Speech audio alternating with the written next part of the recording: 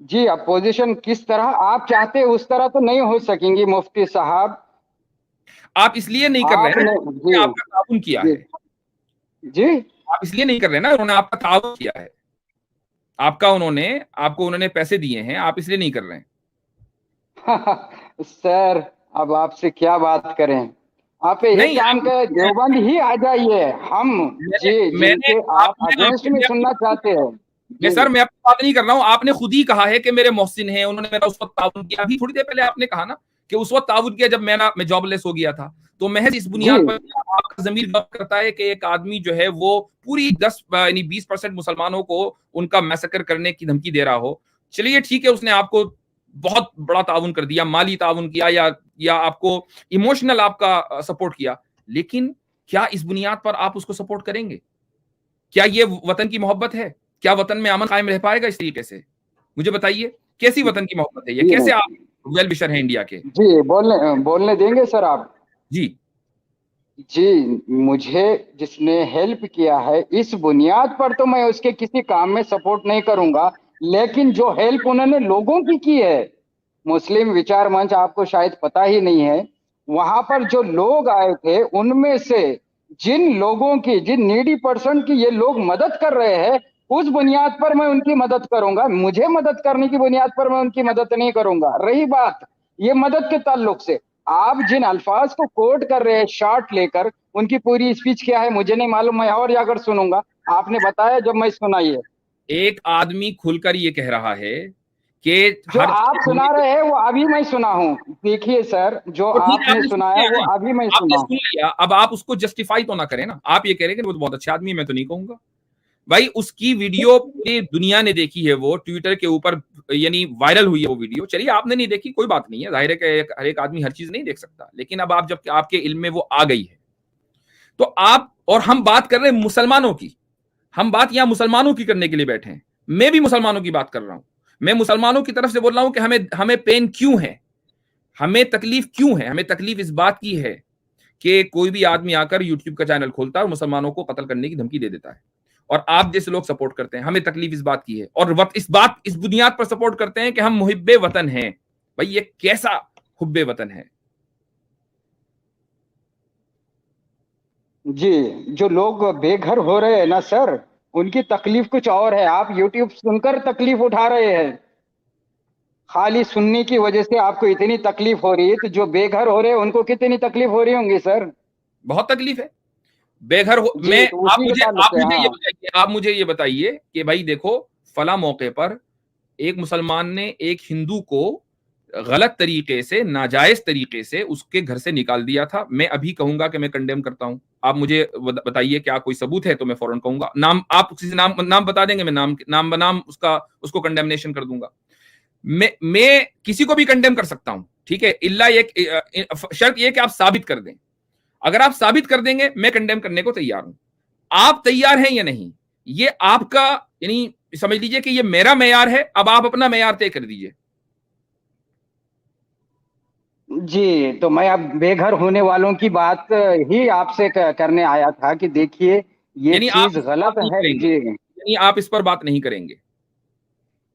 کس پر؟ کیوں میں آپ سے کس پر؟ آپ مفتی صاحب ہے تو میں آپ سے ریلیٹڈ ہی معلومات حاصل کرنے آیا ہوں. میں آپ مسلمان اس بھی کو ہوں نا بھائی، ڈیبیٹ کا روپ دے دیے. جی میں مسلمان بھی تو ہوں نا جناب والا، میں مسلمان بھی ہوں. مفتی ہونے جی سے ہاں پہلے میں مسلم ہوں، اور میں انڈین مسلم ہوں بائی دا وے، ٹھیک ہے. تو مجھے انڈین مسلم، اور آج کا عنوان بھی یہی ہے، the way forward for Indian Muslim, ٹھیک ہے. تو وہ دا وے فارورڈ کیسے ہوگا؟ یہ ایسے ہوگا نا جب ملک میں امن امان قائم ہوگا. ایسا تو نہیں ہو سکتا کہ آپ 20% لوگوں کو دبا دیں اور ملک میں امن امان قائم ہو جائے، یا کچھ لوگ جو ہے جب دن رات مسلمانوں کو دھمکی دیتے رہیں اور امن امان قائم ہو جائے. یہ تو ممکن نہیں ہے.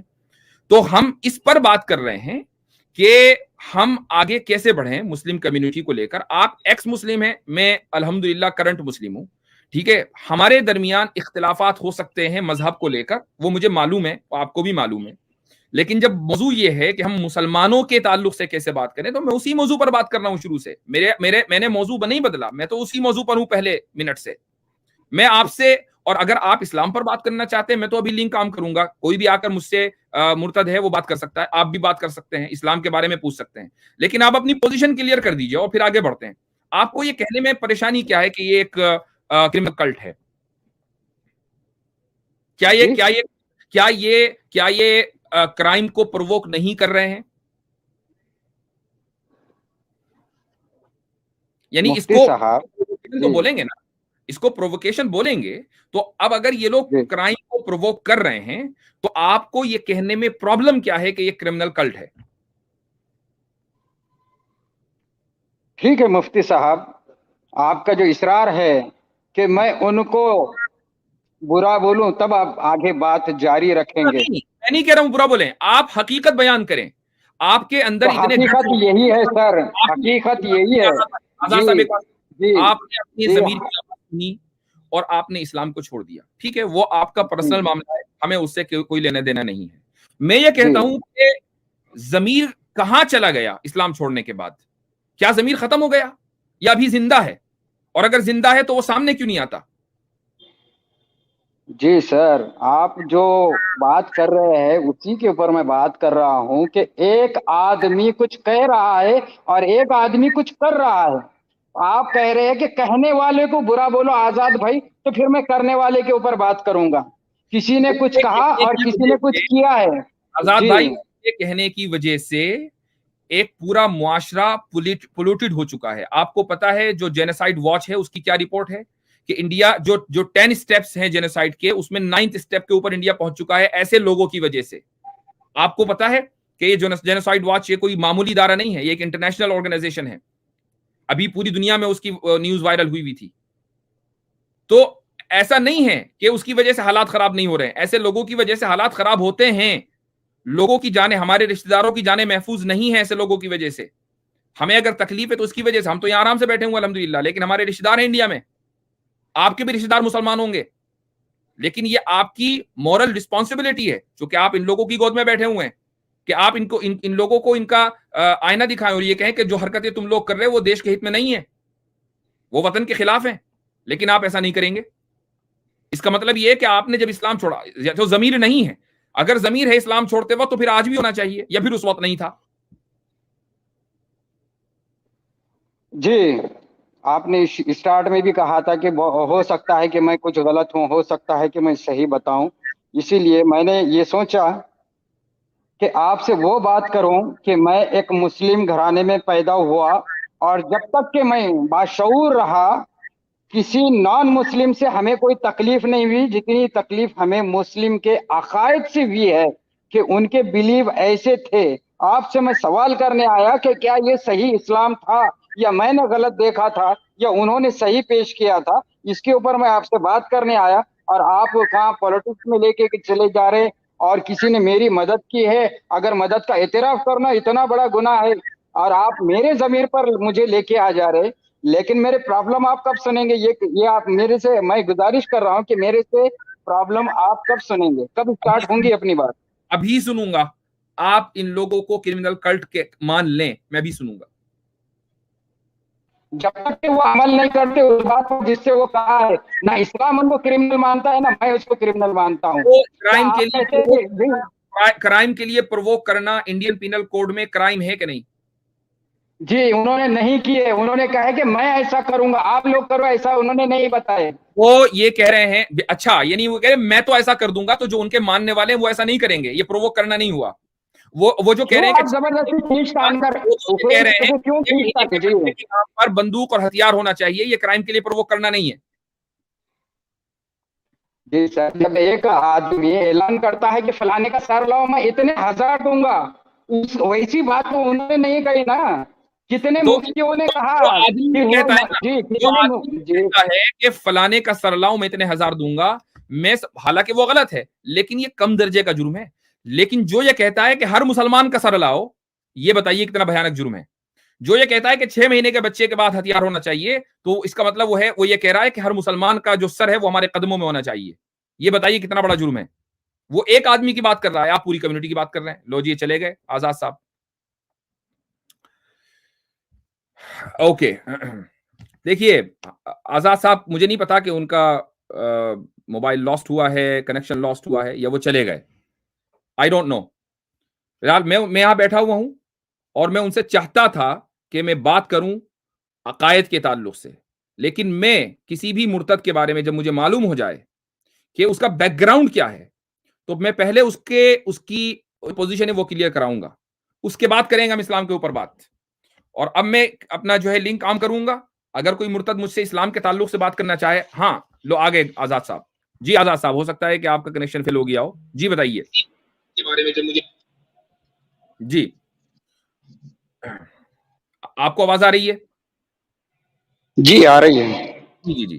تو بہرحال میں اسلام کے عقائد کے ہی لیے یہاں آتا ہوں بیان کرنے کے لیے ہر 2 ہفتے میں, اور میں اسی لیے اپنا لنک عام کرتا ہوں. اور جب لنک عام ہوتا ہے تو کوئی بھی آدمی کسی بھی طرح کا کوشچن کرتا ہے, وہ قرآن سے بھی متعلق ہو یا عقیدے سے متعلق ہو, میں خندہ پیشانی کے ساتھ اس کو جواب دیتا ہوں. مجھے جواب دینے میں خوشی محسوس ہوتی ہے, اور اس اعتقاد کے ساتھ جواب دیتا ہوں کہ ہو سکتا ہے کہ مجھ سے غلطی ہو جائے. میں کوئی اپنے آپ کو دنیا کا سب سے بڑا ایکسپرٹ نہیں سمجھتا ہوں.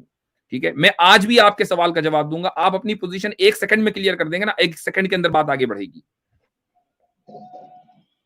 جی تو آپ اسلام کے متعلق جو بھی آتے ہیں کالر, ان سے سوال لیتے ہیں آپ, جی تو ان کی بھی پوزیشن کلیئر کر کے لیتے ہیں یا میرے جیسا, یا پھر مجھے معلوم جواب دے؟ کیونکہ جن لوگوں کی پوزیشن مجھے معلوم نہیں ہے تو ان کے بارے میں تو میں جانتا نہیں ہوں. ظاہر ہے کہ ہر ایک کے بارے میں ہم انویسٹیگیٹ نہیں کر سکتے. آپ کی پوزیشن تو مجھے چند گھنٹوں پہلے معلوم ہوئی ہے. میں نے آپ کے چینل کو نہیں دیکھا تھا. میں نے آج ویسے ہی اتفاق سے میں نے کہا چلو نظر ڈالتا ہوں. سب سے اوپر آپ کی جو ویڈیو ہے وہ نیرج اتری کی اور سنجے دیکشت کے ساتھ ہے, تو میں نے ویسے ہی اس کو ویڈیو کو آگے پیچھے کر کے دیکھا. لو جی, اس میں تو آپ ان کی تعریف کے قلابی ملا رہے ہیں اور کہہ رہے ہیں کہ انہوں نے احسان کیا ہے, انہی کی وجہ سے آپ سارا کام کر رہے ہیں, اور آپ کہہ رہے ہیں کہ جتنے ایکس مسلم ہیں یہ سب انہی کے لگائے ہوئے پودے کے پھول ہیں. آپ نے اعتراف کیا اس چیز کا ہے. تو بھائی جب آپ یہ سب اعتراف کر رہے ہیں کہ نیرج اتری اینڈ کمپنی جو کلٹ ہے پورا, اس کے لگائے ہوئے آپ پھول ہیں, تو پہلے تو میں پھر اس پوزیشن کو کلیئر کر لوں نا.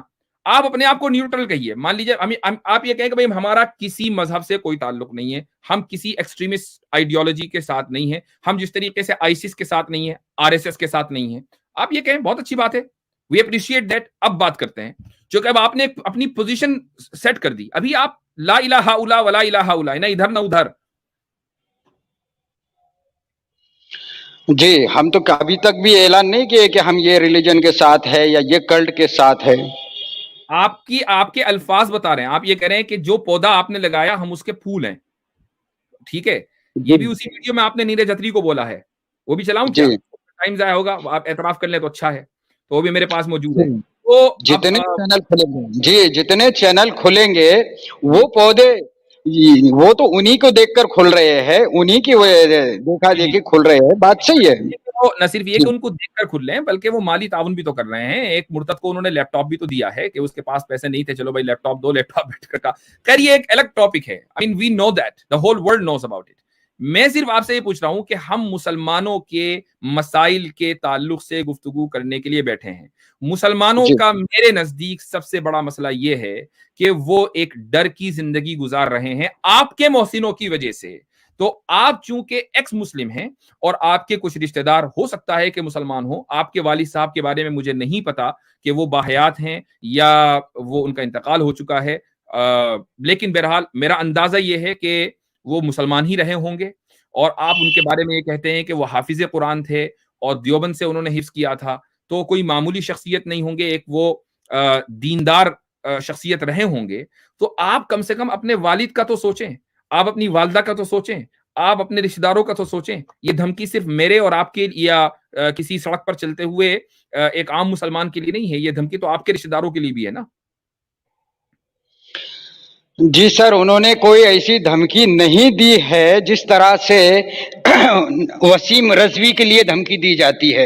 انہوں نے کہا کہ میں ایسا کروں گا, آپ لوگ ایسا کرو نہیں کہے. جس طرح سے وسیم رضوی کا سر لانے کے لیے انعامات کہے گئے نا, کو دھمکی دی جاتی ہے. جو دھمکی دیتا ہے قانون کو اپنے ہاتھ میں لیتا ہے, لوگوں کو پرووک کرتا ہے کہ وہ کسی کا قتل کر دیں یا کسی کو مار دیں, میں اس کی سخت مذمت کرتا ہوں, کنڈیم کرتا ہوں. یہ میرا جگرا, میرا ضمیر ہے. آپ اپنے ضمیر کا دکھائیے کیسا ہے.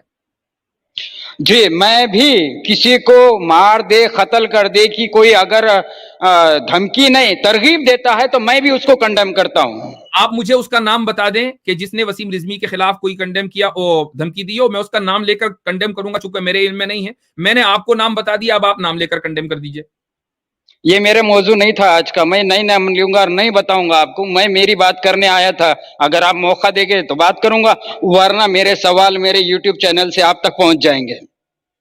چلیے ٹھیک ہے, آپ نے اس چیز کو تسلیم کر لیا. مجھے دیکھیے ایسا ہے, اسلام کے خلاف مجھے اسلام کے تعلق سے بات کرنا ہی اصل میں یہی میرا موضوع ہے, اور میں صرف یہ چاہتا ہوں کہ آپ لوگوں کی جو حقیقت ہے وہ لوگوں کے سامنے آئے, جو الحمدللہ آپ نے خود ہی بیان کر دی ہے. تو اب لوگوں کو پتا چل گیا ہے کہ آپ لوگوں کے چینل کس طریقے سے چل رہے ہیں, یہ پورا چکر کیا ہے. اب جب آپ نے اپنی ایک پوزیشن سیٹ کر دی ہے کہ آپ بھی دراصل جو ایک کلٹ ہے آپ اس کے سمپتائزر ہیں, چونکہ اور وہ انڈیا میں ہے, اور میں اس کو دیش کے خلاف مانتا ہوں, اس کلٹ کو میں دیش کے خلاف مانتا ہوں, میں اس لیے اس کے خلاف ہوں. ورنہ اسلام کے خلاف تو دنیا میں بہت سارے لوگ بولتے ہیں, ہر ملک کے اندر کچھ لوگ ایسے ہوتے ہیں جو اسلام کے خلاف بولتے ہیں. تو ٹھیک ہے, آپ بولیں, کوئی مسئلہ نہیں ہے, تنقید تو ہونی چاہیے, اور تنقید جب ہوگی تو ہم اس کا جواب بھی دیں گے. تو ہمیں خود موقع ملتا ہے کہ ہم اسلام کو سمجھے. بعض مرتبہ آپ کے سوال ایسے ہوتے ہیں کہ ہم پھر چیک کرتے ہیں کہ ہاں بھائی واقعی یہ صحیح ہے کہ نہیں, پتہ چلتا ہے کہ جھوٹ آپ لوگوں نے بولا ہے. تو خیر چلیں, وہ ایک الگ مسئلہ ہے. تنقید ہوتی رہے گی اور ہوتی آئی ہے. بات یہاں دیش کی ہے, بات یہاں ملک کی ہے. میں ایسے لوگوں کو ملک کے خلاف مانتا ہوں. آپ نے چونکہ اپنی پوزیشن سیٹ کر دی ہے کہ آپ ان لوگوں کے ساتھ کھڑے ہوئے ہیں, لہٰذا اب میں آپ ایکسپوز ہو چکے ہیں. اب آپ آگے بڑھیں, جو آپ کا سوال ہے میں لے لوں گا انشاءاللہ. جی سر, میرے سوالات یہ ہے کہ جو بچپن سے میں نے مسجدوں میں سنا تھا, مسجدوں میں ہی سوال کیا. واٹس ایپ چالو ہے تو مولاناؤں کے ساتھ واٹس ایپ پہ سوال کیا. اب یوٹیوب چالو ہے تو یوٹیوب پر آپ سے سوال کر رہا ہوں کہ سر یہ جو اسلام کے نام پر جو تبلیغ کی جا رہی ہے گلی گلی, اور جس سے عمل کرتے ہوئے مسلمان پریشان ہو رہے, اس تعلق سے آپ رہنمائی فرمائیں. بہت اچھا. کیا پریشان ہو رہے ہیں, مطلب وہ پریشانی بتائیے تاکہ میں اس کا علاج بتاؤں. ہاں, کچھ مدے ایسے ہیں جو بحث کا موضوع بنتے ہیں, اور کچھ تو ایسے ہیں پریشانی کا موضوع بن جاتے ہیں, جو ہمارے بچپن میں نہیں تھا. ہمارے بچپن میں کچھ گروپس ہوا کرتے تھے جن کے عمل کو اگر ہم بات چیت میں لاؤ تو کہتے تھے کہ ہاں وہ شیعہ لوگ ہیں, وہ ہمارے نہیں ہیں. لیکن جب دیوبندی لوگ ہی جب بات کرتے ہیں تو کچھ کہتے ہیں کہ یہ صحیح ہے اور کچھ کہتے ہیں صحیح نہیں ہے. تو آپ جیسے لوگ ہی ان کی رہنمائی کر سکتے. میں مسلم ایریا میں رہا ہوں اور میں وہی پریشانی آپ کے سامنے دہرا رہا ہوں کہ جیسا کہ اسٹارٹ کرتے ہیں ٹوپی سے ہی. آپ کے سر میں ٹوپی ہے تو کیا یہ فرضیت میں داخل ہے نماز کے لیے ٹوپی پہننا؟ نہیں, فرض نہیں. تھینک یو سو مچ سر. ایسی ہی میرے پاس ایسے سوال ہے کہ آپ شارٹ میں بھی جواب دے کر بتا سکتے ہیں, اور کسی کو ریفرنس چاہیے تو وہ آپ سے رجوع ہوگا. بالکل کہ ٹوپی پہننا فرض نہیں ہے لیکن مستحب ہے, اچھی چیز ہے, سر کا تاج ہے, آپ پہن سکتے ہیں, لیکن پہننے کے لیے جھگڑا نہیں کر سکتے. یہی بات ہے نا؟ بالکل صحیح. جی, اسی طرح سے نماز کی 14 شرطیں ہیں, 7 اندر کی 7 باہر کی, جس میں زمین کا پاک ہونا بھی ضروری ہے. تو سر میرا سوال یہ ہے, کیا روڈ جو گندی ہے اس پر نماز پڑھ سکتے ہیں؟ زمین اگر پاک ہے تو نماز پڑھ سکتے ہیں, ناپاک ہے تو نماز نہیں پڑھ سکتے. وہ روڈ ہو کہ مسجد کے اندر کی زمین ہو. مان لیجیے مسجد کے اندر کی زمین ہے, کوئی بچہ ہے, اس نے جو ہے وہاں اس کو چھوٹے بچے آ گئے, پیشاب پخانہ ہو گیا اور وہ مسجد کا فلور جو ہے ناپاک ہو گیا, تو آپ مسجد میں نماز نہیں پڑھ سکتے, روڈ تو چھوڑیے. تو اگر روڈ ناپاک ہے تو وہاں پر بھی نماز نہیں پڑھ سکتے, یہ تو شرط ہے. یہ بھارتی روڈز ہے, اکثر روڈوں پر ڈینس کا پانی بہتا ہے اور جنگلی جانور بھی یہاں پر گھومتے ہیں. اگر روڈ ناپاک ہے تو نماز کی شرط نہیں پوری ہوتی, اس لیے نماز نہیں ہوگی اگر روڈ ناپاک ہے تو. تھینک یو سو مچ سر. مجھے یہی آپ سے گائیڈنس کی ضرورت ہے, کیونکہ بہت سے لوگ یہاں پر, جب میں نے روکا کہ یہاں نماز نہیں ہوگی تو انہوں نے کہا کہ آپ بڑے ہیں یا مفتی صاحب بڑے, تو میں نے بولا مفتی صاحب بڑے, میں نکل گیا. اس لیے میں آپ کے سامنے رکھ رہا ہوں یہ باتیں. یہ روڈ پاک ہو. جی نہیں, اس لیے تو کہہ رہا ہوں کہ میں نے ڈینس کا پانی وہاں بہتے دیکھا, تب تو میں کہہ رہا ہوں کہ یہ زمین ناپاک ہے. ٹھیک ہے, اگر روڈ ناپاک ہے, روڈ کیا, میں تو کہتا ہوں مسجد کا فلور اگر ناپاک ہے تو نماز نہیں ہوگی. جی تھینک یو سو مچ سر. نماز جو روڈ گندی ہے وہاں پر نماز نہیں ہوتی ہے, یہ آپ نے کہہ دیا. اسی طرح اب میں آپ سے کہتا ہوں کہ اگر کوئی نان مسلم ہے, بھارت کا رہنے والا ہے, اور کسی مولوی سے سن کر اسلام قبول کرتا ہے, اس کا نام پرکاش ہو یا آکاش ہو, تو کیا اس کا نام بدلنا فرضیت میں ہے, ضروری ہے؟ نہیں، میں تو بہت سارے ایسے نان مسلمس کو، یعنی ایسے نو مسلمس کو، یعنی جنہوں نے اسلام قبول کیا ہے، جانتا ہوں کہ جنہوں نے اپنا نام چینج نہیں کیا ہے، ہم ان کو ان کا پرانے نام سے ہی بلاتے ہیں. اور صرف ہندو کی بات نہیں ہے، بہت سے جو امریکنز ہیں یہاں پر، گورے ہیں، انہوں نے اسلام قبول کیا، اپنا پرانا نام رکھا. تو ایسا کوئی ضروری نہیں ہے. ہاں، اگر نام کے اندر مان لیجئے کوئی ایسی چیز ہو کہ جس سے جو اسلام کے عقیدے کے خلاف ہے، شرک کی بو آتی ہے، اس کی ایک مثال لے دیتا ہوں. ایک صحابی نے اسلام قبول کیا رسول اللہ صلی اللہ علیہ وسلم کے زمانے میں، اور ان کا نام عبد الشمس تھا، ایک کا نام عبد العزا، یعنی عزا یا سورج کا غلام، اس کی بندگی کرنے والا. تو آپ صلی اللہ علیہ وسلم نے ان کا نام چینج کر دیا. تو اس طرح کا اگر ہے، لیکن اب پرکاش ہے، آکاش ہے، اس میں کوئی مسئلہ نہیں ہے. اگر کوئی آدمی اپنا نام نہیں چینج کرتا، کوئی حرج نہیں ہے. جی اسی طرح سے اگر کوئی بھارتی اسلام قبول کرتا ہے اچھی عمر میں، اور میرے سامنے ہوئے حالات بتا رہا ہوں مفتی صاحب میں، تو کیا اس کو ختنہ کرنا فرض ہے؟ نہیں فرض ہے. جی یہاں پر اتنا بحث کا موضوع چھڑا ہے، بلکہ اس کے اوپر کورٹ کچہری کیسز کے معاملات آ جاتے ہیں کہ کوئی اسلام قبول کر لے تو اس سے سب سے پہلے کلمہ پڑھا جاتا ہے، اور نیکسٹ جو بات ہے اس کی ختنہ کی تیاری ہوتی ہے، بلکہ ڈونیشن دیے جاتے ہیں کہ جو مسلمان جو اسلام قبول کر رہے ان لوگوں کی ختنہ کے اور علاجات کے اوپر خرچ ہو، اس لیے ڈونیشن بھی لوگ کلیکٹ کرتے ہیں. میرے خیال سے آزاد صاحب، مسئلہ یہ ہے کہ آپ نے جو لا علم مسلمان ہیں، شاید ان کو دیکھ کر آپ نے اسلام سمجھ لیا اور وہ آپ نے ڈیناؤنس کر دیا. تو لیکن خیر، اس میں آپ کو قصوروار نہیں ٹھہراؤں گا. ظاہر ہے کہ آپ جس ماحول میں ہیں یا جہاں پر بھی ہوں گے، وہاں جو مسلمان حرکتیں کر رہے ہیں انہی کو آپ بیان کر رہے ہیں مجھ سے. آپ کا کوئی قصور نہیں ہے اس میں. اور یہ سب اس طرح کی حرکتیں جب ہوتی ہیں تو ظاہر ہے کہ وہ لا علمی کی وجہ سے ہوتی ہیں. آپ نے مجھ سے کانٹیکٹ کیا، آپ اگر میرے علاوہ کسی بھی اور مفتی سے، مولانا سے کانٹیکٹ کرتے تو میں یہ سمجھتا ہوں کہ اگر وہ اچھے عالم دین ہیں، میں اپنے آپ کو عالم دین نہیں کہہ رہا ہوں، لیکن اگر وہ اچھے عالم دین ہوں تو وہ آپ کو وہی جواب دیں گے جو دراصل اسلام میں ہے. جی سر، یہ بات تو صحیح ہے. یہ سوشل میڈیا یوز جو ہو رہا ہے، اگر میں کسی مفتی کے پاس جاؤں اکیلے میں اور یہ سوال کروں اور اکیلا ہی سن لوں تو اتنا کام نہیں بنے گا جتنا میں آپ سے سوال کر رہا ہوں. یہ بات آپ ٹھیک کہہ رہے ہیں. ٹھیک ہے، اگر آپ کا مقصد یہ ہے تو اس میں آپ کے ساتھ. میرا مقصد صرف یہ ہے کہ وہ مسلمان جو آپس میں بحث کر رہے ہیں اور پریشان ہو رہے وہ یہ سن لے. اور یہ اسٹریم کا آج آپ نے ٹاپک بھی یہی رکھا کہ یہ مسلمانوں کے لیے ہے. تو سر، جیسا آپ نے کہا کہ ختنہ فرض نہیں ہے، اگر کوئی کرنا چاہے تو کوئی بات نہیں ہے، لیکن اس کو فورس نہیں کر سکتے کہ تجھے کرنا ہی پڑے گا. فرض اور حلال میں ڈیفرنس کیا ہے مفتی صاحب؟ فرض اور حلال میں، جی ہاں، حلال یعنی کوئی چیز اگر حلال ہے تو اس کا بہت سی چیزیں، کھانا حلال ہے مثلا، تو ضروری نہیں کہ آپ اس حلال کو کھائیں. دل چاہ رہا ہے تو کھائیں، نہیں چاہ رہا تو نہ کھائیں.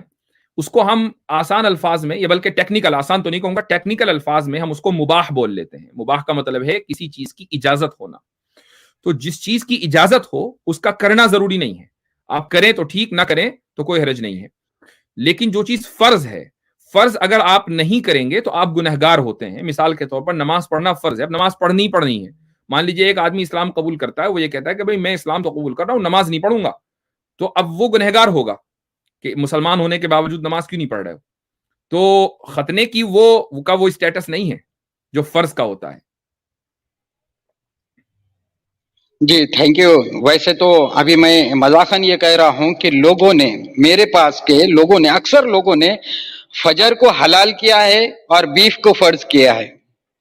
لیکن دیکھیے، ہمارے پاس بھارت کے اندر، بھارت کے سنویدھان میں اجازت ہے نہ صرف عیدین منانے کی، بلکہ عید میلاد النبی جو آج کہا جاتا ہے، ہمارے بچپن میں 12 وفات کہا جاتا تھا، آج عید میلاد النبی کہا جاتا ہے. تو کیا اس کی شرعی حقیقت ہے مفتی صاحب؟ ذرا بتائیں کہ اس کی یہ عید میلاد الدین کی چھٹی بھی ڈکلیئر کر رہے ہیں گورنمنٹ سے. ایسی ڈیمانڈ کرتے ہیں. آپ نے جو مجھ سے سوال کیا ہے یہ ایک خالص مسلکی نوعیت کا ہے، اور میں اس طرح کی بات جو ہے جس سے کسی مسلک کے ماننے والوں کو ٹھیس پہنچے میں کرنے کا عادی نہیں ہوں. لیکن چونکہ آپ نے مجھ سے یہاں پوچھا ہے تو میں اپنی بات بتا رہا ہوں کہ ہمارے نزدیک عید میلاد النبی کی کوئی حیثیت نہیں ہے. آپ یعنی مسلمانوں کا ایک بڑا طبقہ ایسا ہے دنیا میں جو عید میلاد النبی نام کی کسی چیز سے واقف نہیں ہے اور نہ ہی اس کو وہ سیلیبریٹ کرتا ہے. کچھ لوگ ہیں جو اس کو سیلیبریٹ کرتے ہیں اور انہوں نے ایک چھٹی جو ہے وہ سینکشن کرا لی ہے گورنمنٹ سے، تو ٹھیک ہے گورنمنٹ نے کر دی ہے، ہم میں سے بہت سے لوگ آرام کر لیتے ہوں گے اس دن گھر پر. لیکن اس طرح کی عید کا تصور قرآن میں یا حدیث میں ہمیں نہیں ملتا ہے. جی تھینک یو سو مچ. تو دیکھیے جب چھٹی کا ڈیمانڈ کیا گیا، چھٹی قبول کی گئی، وہ سب باتیں ہیں. قربانی کی بھی یہاں پر اجازت دی جاتی ہے کہ قربانی کر سکتے ہیں، بلکہ گورنمنٹ طرف سے قربان گاہ بھی مہیا کرائی جاتی ہے کہ یہاں پر آپ لوگ آئے قربانی کریں. تو مفتی صاحب، کیا گورنمنٹ کے قربان گاہ میں قربانی کرنا اور کسی اور جگہ پہ قربانی نہ کرنا، اور جتنے جانوروں کی قربانی الاؤڈ کی گئی ہے انہی کی کرنا اور جن کی منع کی گئی ہے ان کی نہ کرنا، کیا یہ اسلام کے خلاف ہے؟ قانون کی پاسداری کرنا یہ بھی اسلامی حکم ہے کہ جو بھی قانون حکومت بناتی ہے اگر وہ قانون پبلک ویلفیئر میں ہے، اور عام طور سے ایسا ہی ہوتا ہے، تو اس کی پاسداری کی جانی چاہیے. ایک عرصے سے شہروں کے اندر اس کی پاسداری ہوتی ہے. مثلاً بکرے کو قربانی ہے تو اس میں حکومت کی طرف سے اجازت ہوتی ہے کہ آپ اپنے گھر کے کسی حصے میں اس کو ذبح کر سکتے ہیں، تو مسلمان کرتے ہیں. اور جو بڑے جانور کی یعنی جس کو ہم بھینس بول لیں، اس کی جو قربانی ہوتی ہے تو وہ سلاٹر ہاؤس میں ہوتی ہے.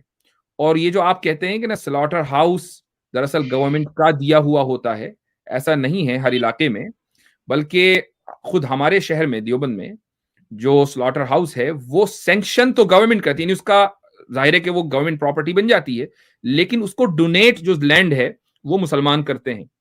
اور یہی حال بہت سے شہروں کا ہے کہ وہ حکومت سے چونکہ منظور شدہ ہوتا ہے تاکہ وہ کسی کی پرسنل پراپرٹی نہ رہے، لیکن بہرحال یہ ایسا ہی ہے جیسا کہ وقف لینڈ ہے تو وہ کسی مسلمان کی ہے، لیکن وہ وقف قانون کے تحت وہ رجسٹرڈ ہو جاتی ہے، اب وہ پبلک پراپرٹی ہو گئی، مسلمانوں کی پراپرٹی ہو گئی. ایسے ہی سلاٹر ہاؤسز کا ہے. تو اگر حکومت کی طرف سے یا حکومت کیا مقامی جو انتظامیہ ہے، لوکل جو ایڈمنسٹریشن ہے، اگر وہ یہ کہتا ہے کہ بھائی دیکھو جانور کی قربانی گھر میں نہیں ہونی چاہیے، اس سے علاقے کے اندر گندگی ہوتی ہے، ہم تو ساتھ دیتے ہیں. ہم کہتے ہیں کہ بالکل جہاں پھر جو ڈیزگنیٹڈ ایریاز ہیں وہاں پر ہونی چاہیے. اور رہی بات یہ کہ آپ لوگ میں اسی لیے میں نے آپ کی پوزیشن پہلے ہی کلیئر کروا لی تھی، چونکہ مسئلہ ہی گائے ہے. یعنی ملک میں وہ ملک کے جہاں مسئلہ ہاسپٹل ہونا چاہیے تھا، روڈ ہونا چاہیے تھا، اور جناب اسپیس سائنس ہونی چاہیے تھی، میڈیکل سائنس ہونی چاہیے، وہاں مسئلہ کیا ہے؟ گائے. یعنی گائے سے ہم نہیں ابھر پائے ابھی تک. تو آپ کا بھی نیکسٹ کوشچن یہی ہے کہ بھائی پھر گائے کو ذبح کیوں کرتے ہیں؟ گائے کی طرف سے ممانعت. نہیں سر میں کچھ نہیں کروں گا، میں آپ کے جواب کو کاؤنٹر ہی نہیں کروں گا، نہ کیا ابھی تک کے. نہیں میں صرف آپ سے حکومت کی طرف سے جس جانور کے اوپر پابندی ہے تو حکومت کے اس قانون کی پاسداری کرنا چاہیے. اور نہ صرف یہ بلکہ دارالعلوم دیوبند کی طرف سے، میں اس سال تو میں نے نہیں دیکھا لیکن اس سے پہلے سالوں میں اور اس سے پہلے بھی اپیل باقاعدہ جاری ہوئی ہے. حالانکہ اس اپیل کو میں نے غیر ضروری سمجھا ہے ذاتی اعتبار سے. اس کی وجہ یہ ہے کہ مسلمان اس طرح کی کوئی قربانی کرتے نہیں ہیں، الا ماشاءاللہ کوئی کہیں کر لے تو بات الگ ہے، اس کی کوئی ذمہ داری نہیں، وہ ہر سوسائٹی کے اندر لوگ ہوتے ہیں. لیکن وہ اپیل جاری کرنے کی کوئی ضرورت نہیں ہے. لیکن دیش کے ہت میں اور ہندو کمیونٹی کو یہ بتانے کے لیے کہ بھائی ہم آپ کی کے جو جذبات ہیں اور سینٹیمنٹس ہیں ہم ان کو ہرٹ کرنا نہیں چاہتے ہیں، اس لیے دارالعلوم دیوبند کی طرف سے بھی باقاعدہ ہر سال یہ اپیل جاری ہوئی ہے. جی آگے بولیے، اگلا سوال. جی میرا اگلا سوال یہ ہے، اس سے پہلے میں تھوڑی وضاحت کر دوں کہ سعودی میں بھی اونٹ کی قربانی پر پابندی ہے اور اس کو عمل کیا جاتا ہے، اس کا کوئی اپوز نہیں کرتے. دوسرا ہے مفتی صاحب، یہ حج کے تعلق سے ہے. ہمارے بچپن میں جتنے لوگ حج کرنے گئے وہ اپنے ذمہ داریوں کو ادا کر حج کرنے گئے تھے، لیکن آج حج کی فضیلت اس طریقے سے بتائی جا رہی ہے کہ اپنی اولاد کو رہتے ہوئے گھر سے نکال کر کرائے کے گھر میں لوگ شفٹ کرتے ہیں اور آدھا گھر بیچ کر حج کرنے جاتے ہیں. اور جب میں ان سے یہ کہا کہ یہ بالکل غلط ہے, کسی مفتی سے آپ رجوع کیجئے, تو انہوں نے کہا کہ حج کی فضیلت اتنی ہے, اللہ چاہے گا تو پھر نواز دے گا. لیکن آج 12 سال سے ان کو دیکھ رہا ہوں, آج بھی کرائے کے گھر میں انہوں بھی, ان کے بچے بھی, جنہوں نے اپنا گھر بیچ کر حج کو گئے تھے. تو کیا اپنی ذمہ داری اور اپنے بچوں کی مستقبل کی ذمہ داری کو اگنور کر کے, فراموش کر کے حج کو جانا, کیا یہ صحیح ہے؟ اسلام میں جو حج کی شرائط ہیں اس میں پہلی شرط یہ ہے کہ آپ کی صحت اچھی ہو. آپ اگر صحت مند ہیں, اور چونکہ ایک مشقت بھرا سفر ہے آج کے دور میں, پھر بھی بہت آسان ہو گیا ہے, لیکن مجھے نہیں پتا کہ آپ کو کبھی مسلمان رہتے ہوئے وہاں جانے کا موقع ملا یا نہیں ملا. لیکن اگر میں پوچھ رہا ہوں, گئے ہیں آپ کبھی وہاں یا نہیں گئے ہیں؟ کہاں پر؟ یعنی سعودی عرب حج کے لیے کبھی جانا ہوا آپ کا, عمرے کے لیے, مسلمان رہتے ہوئے؟ نہیں. ٹھیک ہے, تو یہ میں نے اس لیے پوچھا چونکہ مشقت کا آپ کو اسی وقت اندازہ ہوگا جب آپ خود جائیں گے. تو ایک معذور آدمی یا جس کی صحت ٹھیک نہیں ہے, اس کے لیے یہ سفر, چاہے آپ اس کو فرسٹ کلاس کا ٹکٹ نہ کیوں نہ کرا دیں, لیکن یہ ایک مشکل بھرا سفر ہوتا ہے. تو اس لیے پہلی شرط تو صحت ہے, اور دوسری شرط یہ ہے کہ اس کے پاس اتنا پیسہ ہو کہ وہ حج کے مکمل اخراجات برداشت کر سکے. اور اگر وہ اپنی فیملی کو پیچھے چھوڑ کر جا رہا ہے, اپنے ڈیپینڈنٹس کو, تو ڈیپینڈنٹس کا مکمل خرچہ وہ دے کر جائے. اس کے بعد اگر وہ حج کرنے کے لیے جانا چاہتا ہے تو وہ چلا جائے. اکثر جو آئیڈیل سچویشن مسلمانوں میں ہوتی ہے وہ یہ ہوتی ہے کہ مان لیں ماں باپ بوڑھے ہو گئے اور ان کے بچے اپنے پیروں پر کھڑے ہو گئے ہیں, ان کی اپنی ملازمتیں ہیں, جابز ہیں, وہ اپنے آپ کو یعنی اسٹیبلش کر سکتے ہیں. اب مثلا کوئی جدی زمین چلی آ رہی ہے, باپ داداؤں کی کوئی زمین ہے, تو اب ان بوڑھے ماں باپ نے سوچا کہ بھئی یہ ایک زمین کا ٹکڑا ہے, ہم نے کبھی حج نہیں کیا, ہم اپنے اولاد کے فرض سے فارغ ہو چکے ہیں, وہ اسٹیبلش ہو چکے ہیں, اب ہم اس زمین کو یا اس مکان کو بیچ کر ہم حج کرنے چلے جائیں, ہماری عمر کتنی باقی بچی ہے, جب واپس آئیں گے تو اپنے کسی اولاد کے یہاں رہ جائیں گے. تو ایک آئیڈیل سچویشن ہے, اس میں کوئی حرج نہیں ہے, اور ایسا بہت سے لوگ کرتے ہیں. جی, بیٹیوں کو بھی خالی کرانے کے میرے سامنے ہے کہ بیٹی رہتی اسے بھی خالی کیا گیا حج کے نام پر, بیٹوں کو بھی خالی کیا گیا اور بیچ کر حج گئے, عمرہ گئے. خیر, آپ کا جواب میں ایز اٹ از رکھتا ہوں. اس کے بعد مفتی صاحب, اب ایک پوائنٹ پر آتا ہوں کہ آپ اس کی وضاحت کریں کہ دیکھیے, عید مناتے وقت تو عین اسلام ہمیں یاد آتا ہے, اور اگر اس میں کچھ رکاوٹ آتی ہے تو ہم تو کھڑے ہو جاتے ہیں کہ یہ عین اسلام ہے, ہم تو یہ کر کے رہیں گے.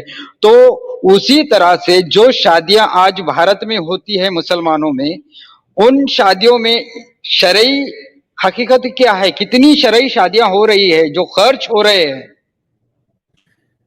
سیدھی بات, کیا یہ بھی 10% شادیاں بھی اسلامی اعتبار سے نہیں ہو رہی ہیں. ٹھیک ہے, اور باقاعدہ اس پر پوری مہم چلی ہوئی ہے. ایک بڑی تعداد آل انڈیا مسلم پرسنل لا بورڈ کو بڑا برا بھلا کہتی ہے, اس کو برا سمجھتی ہے, چونکہ وہ مسلمانوں کے حقوق کے لیے 2-4 باتیں کر دیتی ہے یہ آرگنائزیشن. لیکن اس کا ایک بڑا کارنامہ اس وقت یہ ہے کہ وہ مسلمانوں میں اسلامی شادی کس طرح ہو, سادی, یعنی شادی سادی ہو, 3 نقطے ہٹا دیجئے, شادی بن جائے گی. تو اس کی باقاعدہ مہم چل رہی ہے, شہر چل رہی ہے, ضلع چل رہی ہے, کہ مسلمانوں میں یعنی شادی اتنی آسان ہونی چاہیے اور جہیز کی لعنت بالکل ختم ہونی چاہیے. یہ باقاعدہ مہم چل رہی ہے, اور اس مہم کو مسلمانوں کو سپورٹ کرنا چاہیے, اور بڑی تعداد میں ماشاءاللہ کر بھی رہے ہیں. جی, آخر کے 2 سوال میرے پاس ہے آج کے. اس میں ہے مفتی صاحب کہ بازار کے آداب, کہ جب ہم کسی حدیث, کسی آیت کو کوٹ کرتے ہیں کریٹیسائز کرنے کے لیے, تو بے شک سارے لوگ کھڑے ہو جاتے ہیں کہ آپ ایسا کیوں کر رہے ہیں, لیکن ہم ایز اٹ از وہی آیت, وہی حدیث انہیں پیش کرتے ہیں تو وہ ماننے سے کیوں انکار کرتے ہیں؟